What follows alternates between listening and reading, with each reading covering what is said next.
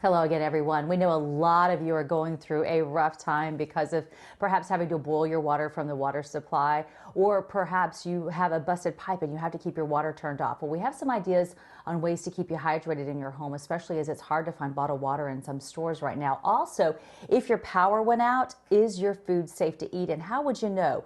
Well, I caught up with Christina Jacks, a dietitian with LifeSum app, to get some important ideas for you.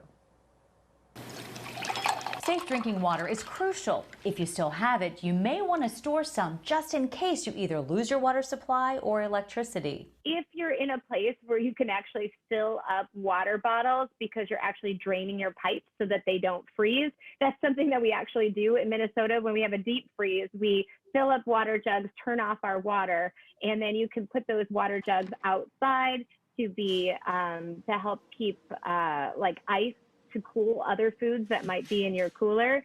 But if water isn't, and you still have the ability to cook or to just hydrate yourself, some of those other hydrating foods that are pantry staples could be canned or boxed soups, broths, and even juices are really, really helpful. So anything that you have, this is not a time to worry yourself about, oh gosh, should I have a sweetened beverage or not? You need to stay hydrated. And so this is the time to actually go into anything that's in a can or a box that is a soup, a broth, a juice.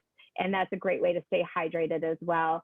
And if you are running out of power and your pantry is starting to get white too, other great sources of nutrients are nuts, nut butters, if you've got whole grain crackers, dried fruit, granola bars, and even fortified cereals. So you're going to get some of those micronutrients, even if you don't have milk to put on it. Hundreds of thousands of Houstonians have been dealing with little or no electrical power this week. So if you've had to store your food outdoors in the cold, here's how to make sure it's safe to eat. There's the one way, which is called the smell test, and I think we all know that one, right? We also know what mold looks like, whether it's green or you've got any sort of fuzz going on it. That's not what you want to do, or anything that's smelling bad. But as a general rule, if you do have a food thermometer, that's an awesome way to know if your food's been safe. So you can see, is it maintaining a temperature that is at least 35 degrees low, and below. So if you've got a thermometer, take that test, but also the smell test. I would also say anything that's been out in the garage where the temperature's been fluctuating and maybe not cold enough, anything more than 3 to 5 days, you're really running a risk of foodborne illness.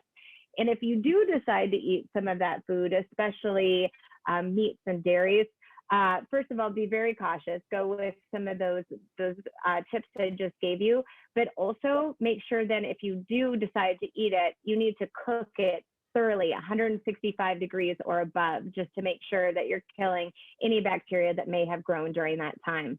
Nutritionists suggest that if any of your perishable food was stored above 40 degrees for more than 2 hours, then it should be tossed out, even though it's hard to do, just to make sure you don't suffer a foodborne illness from it.